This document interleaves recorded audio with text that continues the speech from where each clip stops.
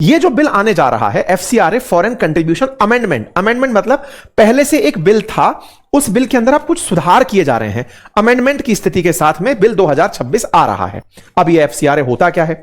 Foreign contribution regulation act, यानी कि भारत में कोई व्यक्ति संगठन द्वारा प्राप्त विदेशी दान, धन और संपत्ति को कंट्रोल करने वाला अधिनियम। इसके तहत बस ध्यान यह रखा जाता है कि देश में आ रहा विदेशी योगदान भारत की संप्रभुता, आंतरिक सुरक्षा, इन किसी भी चीजों को प्रभावित ना करे। एफसीआरए एक्ट का जो असल उद्देश्य है वो यही कि विदेशी धन तो आए लेकिन उसमें प्रॉपर ट्रांसपेरेंसी हो, देश की सॉवरेनिटी का यानी संप्रभुता का उसमें ख्याल हो और डेमोक्रेटिक तरीके से अकाउंटेबिलिटी लाई जाए। अब ये विदेशी चंदा आता कहां से है, होता क्या है? तो कई बार विदेशों की सरकारें, विदेशी कंपनियां, विदेशी कई ट्रस्ट, अंतरराष्ट्रीय संगठन, विदेश में रहने वाले किसी व्यक्ति वो अपना पैसा, सामान या सिक्योरिटी, आर्थिक सहायता के रूप में जब डोनेट कर रहे होते हैं तो उसे विदेशी अंशदान कहते हैं। इसके तहत कौन कौन ले सकता है पैसा? तो उसमें एनजीओज ले सकते हैं, ट्रस्ट ले सकते हैं, कुछ सोसाइटी या सेक्शन 8 में अधीन कंपनीज ले सकती हैं, धार्मिक या चैरिटेबल संस्थाएं ले सकती हैं, कुछ शैक्षणिक संस्थाएं ले सकती हैं, सामाजिक और सांस्कृतिक संगठन ले सकते हैं। और वो जब रजिस्ट्रेशन ले लेते हैं, क्योंकि विदेशी फंड लेने के लिए आपको भारत सरकार के पास पहले रजिस्ट्रेशन कराना होता है और वो रजिस्ट्रेशन 5 साल के लिए ही वैलिड होता है कि साहब मैं 5 साल के लिए ये आपसे रजिस्ट्रेशन कि साहब मैं आपको बता रहा हूं कि मैं फला फला जगह से फंडिंग ले रहा हूं या फिर मैं विदेशी फंडिंग लेना चाहता हूं, ये मेरी डिटेल्स हैं, आप इन्हें चेक कर सकते हैं। इसके लिए बाकायदा सरकार ने बीच बीच में कई सुधार किए हैं। जैसे इन सभी जितनी भी एनजीओ ट्रस्ट जो विदेशी फंडिंग लेते हैं, इनको दिल्ली के अंदर ही एसबीआई में एक अकाउंट खोलना मैंडेटरी है कि आप एसबीआई के अंदर अकाउंट खुलवाएंगे, ठीक है। एनीवे, तो फिर ये वाली चीज 5 साल में मैंडेटरी होता है। अब कौन नहीं ले सकता? तो उसमें कोई सांसद या विधायक फंडिंग नहीं ले सकता, चुनाव लड़ने वाला कोई उम्मीदवार नहीं ले सकता, कोई राजनीतिक दल नहीं ले सकता, कोई न्यायाधीश नहीं ले सकता, सरकारी कर्मचारी नहीं ले सकता, चुनाव आयुक्त नहीं ले सकता, इवन समाचार या न्यूज चैनल्स जो चल रहे हैं या करंट अफेयर्स की जो जानकारी दे रहे हैं उसके भी मालिक या संपादक वो भी इस तरह का पैसा नहीं ले सकते। क्यों नहीं ले सकते? क्योंकि हो सकता है कि आपको फंडिंग देकर के देश में माहौल बदलने का प्रयास करवाया जा रहा हो। तो सरकार अब क्या लेकर आ रही है? तो देखो साहब, ये जो कानून है ना जिसके बारे में आप बात कर रहे हैं, ये 1976 में आया था, लेकिन इस कानून में अब जो परिवर्तन 2026 में आ रहा है, मतलब कि लगभग 50 साल बाद जो परिवर्तन आ रहा है, इसमें कुछ नए फ्रेमवर्क जोड़े जा रहे हैं।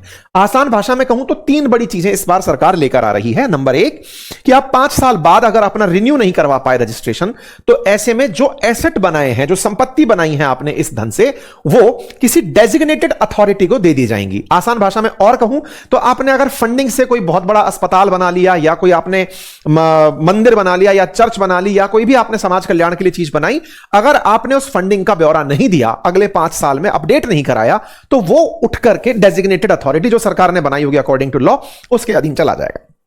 नंबर 2 हां, लेकिन अगर आप रिन्यू करा लेते हैं तो फिर से वापस आपके पास आ जाएगा, यह भी प्रावधान है। नंबर 2 आपके मतलब जहां पर एनजीओ चला रहे हैं आप, उसमें कंट्रीब्यूशन के लिए जब फंडिंग आ रही है, आपके पास कोई भी विदेशी नागरिक उस फंड को हैंडल नहीं करेगा। मतलब देश में कोई विदेशी नागरिक आसान भाषा में नौकरी नहीं करेगा।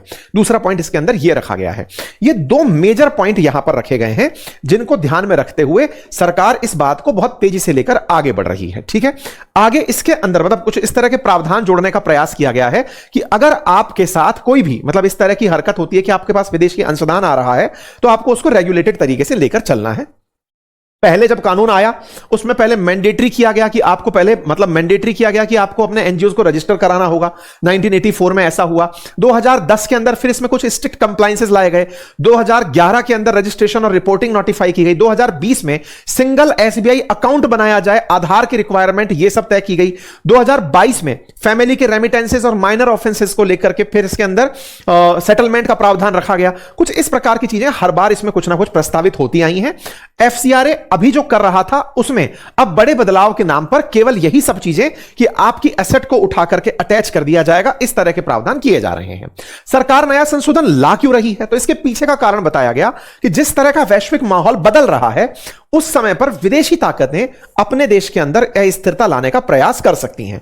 तो विदेशी फंडिंग पूरी तरह पारदर्शी, जवाबदेही और राष्ट्रीय हितों के अनुरूप हो, इसलिए इस तरह का कुछ ना कुछ संस्थान के अंदर लाया जा रहा है।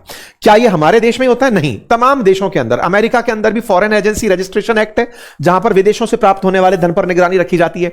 ब्रिटेन के अंदर भी फॉरेन इन्फ्लुएंस रजिस्ट्रेशन स्कीम है, यूरोपियन यूनियन के अंदर भी है। तो हर देश के अंदर अपने अपने मानक हैं कि विदेशी कंट्रीब्यूशन को कैसे चेक करना है। यह बात ज्यादा हाईलाइट इसलिए हुई जब ट्रंप ने यह कहा कि हम भारत को इतना पैसा दे क्यों रहे हैं, किस बात के लिए। तो 2025 में इन्होंने यह कहा था कि यूएस एड, जो अमेरिका की सहायता है, is driving the radical left crazy and there is nothing they can do about it because the way in which the money has been spent, so much of it's fraudulently, total unexplainable. इन्होंने अपनी तरफ से यह बातें करते हुए कहा कि अमेरिकी सरकार $486 मिलियन की फंडिंग की घोषणा कर चुका था 2025 तक। बोले मैं उसको रोकूंगा। इसमें भारत के अंदर मतदान प्रतिशत बढ़ाने के लिए 182 करोड़ रुपए खर्च करने का प्रावधान था। तो बोले मैं ये पैसा नहीं देना चाहता। हालांकि ये बहुत छोटा सा फंड है, लेकिन ट्रंप ने जब इनका डिपार्टमेंट ऑफ गवर्नमेंट एफिशिएंसी चला था ना, डॉजी डिपार्टमेंट, जिसका इलॉन मस्क को प्रधान बनाया गया था, उन्होंने अमेरिका के खर्चे कट करने के लिए जो भी यूएस एड दी जा रही थी, बोले इन्हें कट कर दो। तो भारत को मिलने वाला 182 करोड़, जो कि बहुत छोटा सा अमाउंट है, जिसको ट्रंप ने भी कहा कि भारत को पैसा क्यों दे रहे हैं, भारत के पास खुद के पास बहुत सारा पैसा है। हालांकि उन्होंने तंज के कारण कहा था, उन्होंने कहा था कि ये टैरिफ लगाते हैं, इसके कारण इनके पास बहुत पैसा है।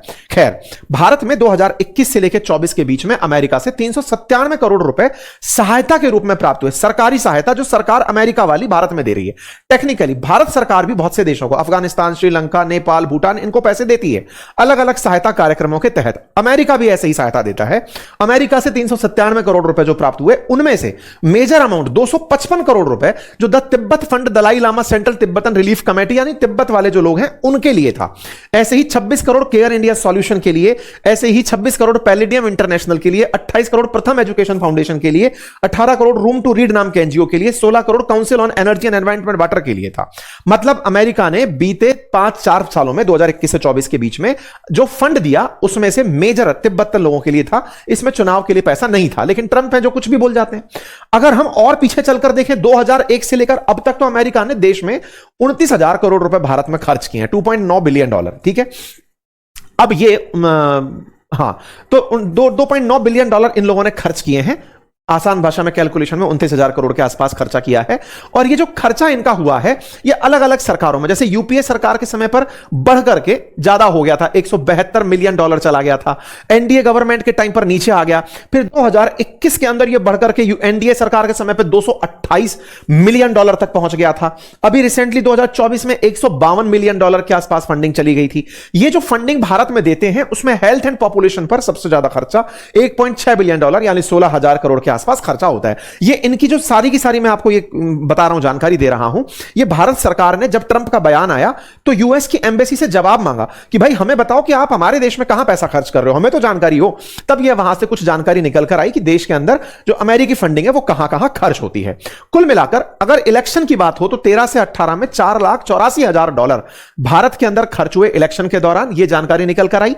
और ऐसे ही गवर्नेंस के अंदर डेमोक्रेटिक पार्टिसिपेशन और सिविलाइजेशन के लिए $14 मिलियन अमेरिका ने खर्च किए। हालांकि ट्रंप बाद में अपने इसी बात से पलटे हुए भी दिखाई दिए कि नहीं नहीं, हम यूएस एड के नाम पर वोटर टर्नआउट नहीं करते। लेकिन साथियों, इसमें एक बहुत बड़ा आर्ग्यूमेंट और भी है, और वो आर्ग्यूमेंट क्या है वो मैं आपके सामने रखना चाहूंगा। आर्ग्यूमेंट यह है कि हमारे देश में फॉरेन कंट्रीब्यूशन के नाम पर पहले भी कुछ एनजीओज के ऊपर कार्रवाई हुई है। जैसे अगर आप 2011 में हुए कुडानकुलन परमाणु संयंत्र विरोध की चर्चा को कवर करते हैं तो आप पाएंगे कि सरकार ने कुछ विदेशी फंड प्राप्तकर्ता समूहों को इस कारण से जांचा था कि आप हमारे देश में रिएक्टर का विरोध कर रहे हैं विदेशी फंडिंग प्राप्त करके। ऐसे ही जैतापुर परमाणु परियोजना का विरोध हो, ग्रीन पीस नाम का एक एनजीओ था, उस पर आईबी को यह इनपुट मिले थे, खुफिया रिपोर्ट के आधार पर यह जानकारी हुई थी कि इनको फंडिंग मिली है भारत के अंदर कई प्रोजेक्ट्स के अंदर विरोध करने की। आईबी की कई चर्चित योजनाओं में भी यह बात निकल करके आई कि यहां पर फंडिंग मिलती है। और ये खबरें हैं उस समय की, 2016 की कुडानकुलन की है, 2014 की आप देख सकते हैं आईबी की रिपोर्ट है कि फॉरेन फंडिंग एनजीओस को मिल रही है। 2015 में ग्रीन पीस इंडिया ऑर्गेनाइजेशन, 2015 में फोर्ड फाउंडेशन, 2015 में 42,000 ऐसे एनजीओस जिस पर विदेशी धन के संभावित दुरुपयोग का आशंका व्यक्त की गई। 15-16 के अंदर लगभग 8800 एनजीओस, 2016 में लॉयर्स कलेक्टिव, 2016 में सबरांग ट्रस्ट तीस्ता सीतलवाड़ वाला, 2017 के अंदर कंपनसेशन इंटरनेशनल, ऐसे तमाम ऑर्गेनाइजेशन, 18-20 के अंदर अंदर एमनेस्टी इंटरनेशनल, 2020 के अंदर 2021 में ऑक्सफैम, ये तमाम वो ऑर्गेनाइजेशंस रहे जो देश में अपने आप फंड जो प्राप्त कर रहे थे, इनके फंडों को सरकार ने संदिग्ध माना कि आप इस फंड का उपयोग हमारे देश में कुछ दुरुपयोग कर रहे हैं। टेक्निकली ये कुछ ऐसे ऑर्गेनाइजेशंस भी थे जिनका जो फ्रंट फेस था, जैसे एमनेस्टी इंटरनेशनल देश में हो रही कोई भी मानव अधिकार की हनन की घटना है उसको कवर करता था। तो लोगों ने इसे इस तरह से लिया कि सरकार अपने द्वारा जो भी ज्यादतियां सरकारी पुलिस की मशीनरी के कारण कहीं भी होती है उसको अंतरराष्ट्रीय रूप से कवर ना करें ऐसे एनजीओ, उससे बचने के लिए इस तरह से इनको फंडिंग को टारगेट कर रही है, जो भी हो। लेकिन सरकार ने एफसीआरए के दायरे में देश के बहुत सारे एनजीओ को लपेट लिया था। इसका परिणाम यह निकला कि हमारे देश में विदेशी फंडिंग जो एनजीओ के माध्यम से आकर देश में अगर कहीं भी दुरुपयोग हो रहा था, उसके साथ साथ जो सही तरीके से भी उपयोग हो रहा था, वो दोनों ही रडार पर आ गए। और इससे सही तरीके से जो फंड देश की सहायता के लिए आ रहे थे उन पर भी कहीं ना कहीं लगाम लगा। यही कारण था कि इसके ऊपर खूब विरोध होना शुरू हुआ। यह चर्चा तब हाईलाइट हुई जब मार्को रूबियो अभी 2 महीने पहले जब भारत यात्रा पर आए, तो आते ही मदर टेरेसा जो ट्रस्ट है मिशनरीज से मिलने, वो कोलकाता पहुंचे। मतलब दिल्ली से पहले एक तरह से उनकी सरकारी मुलाकात से पहले मिशनरीज से मुलाकात हुई। इस पर हमने उस समय भी जिक्र किया था और कहा था कि यह संदेश दे रहे हैं कि डरा रहे हैं कि ऐसा मत करना। यह बात पुख्ता हुई जब 2021 की बातें निकल कर आई कि सरकार ने इनको एफसीआरए जो वो था, मतलब इनका जो मिशनरीज का जो चैरिटी का रजिस्ट्रेशन था वो रिन्यू नहीं हुआ है। 2022 में निकल कर आया कि 5000 ऐसे एनजीओ हैं जिसमें मदर टेरेसा मिशनरी का नाम भी है, जिनका एफसीआरए लाइसेंस रद्द हो गया है।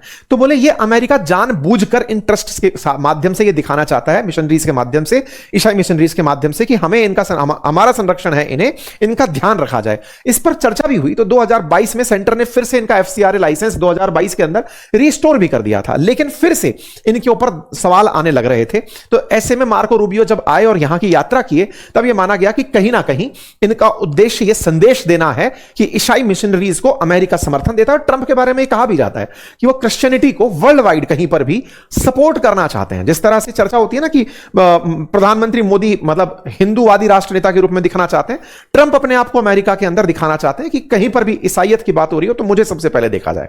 मतलब व्हाइट सुप्रीमेसी के साथ साथ वो प्लस में ये वाला पॉइंट भी अपना चारों तरफ से लेके चलते हैं। कई बार आपने देखा होगा उनका कि वो पोप के केस में खुद को पोप बनाकर दिखाते हैं, मुझे देखो मैं पोप की तरह दिखता हूं। तो कई बार उनकी चर्चाएं उस तरह से भी व्यापक निकली हैं। इस बात को और हवा मिली 2026 के ही 15 जून को, जब यूएस लॉ मेकर्स ने यह आवाज उठाई कि इंडिया एफसीआरए एक्ट के अंदर संशोधन लेके आ रहा है जो कि ठीक नहीं है। बाई पार्टीशन था, दोनों पार्टी की तरफ से लोग निकल कर आ रहे थे और कह रहे थे कि नहीं ये सब ठीक नहीं है। कुल मिलाकर के फंडिंग में जो भारत चीजें करने जा रहा है उससे इन सब में जो भी दिक्कत हो रही है उनको अब सरकार प्रचार में ऐसे कहती है कि साहब हमारा तो बीजेपी कर रही है इस तरह का कि विदेशी फंड से बनी संपत्तियों पर हम निगरानी रखेंगे, विदेशी नागरिक एनजीओ के प्रमुख पद पर नहीं रह सकेंगे और धर्मांतरण और राष्ट्र विरोधी गतिविधियों के लिए विदेशी फंड का इस्तेमाल नहीं कर सकेंगे। ये बातें क्यों निकल कर आई? ये बातें इसलिए निकल कर आई क्योंकि 2026 के अंदर अप्रैल में ईडी ने कुछ ऐसे क्रिश्चियन मिशनरीज को कैश विड्रॉ के लिए टैग किया जो कि डेबिट कार्ड से फंड निकाल करके माओवादी क्षेत्रों में पैसे बांट रहे थे। 1000 ऐसे विदेशी debit card, foreign debit card, जिनसे 95 करोड़ रुपए निकाले गए इंडिया में और उन्हें माओवाद प्रभावित क्षेत्र के अंदर डिस्ट्रीब्यूट किया गया। यह 2026 की घटना है। फिर यह बात उठा करके ईडी ने सीबीआई को सौंप दी। इसमें एक अमेरिकी ईसाई मिशनरी संगठन था, द टिमोथी इनिशिएटिव।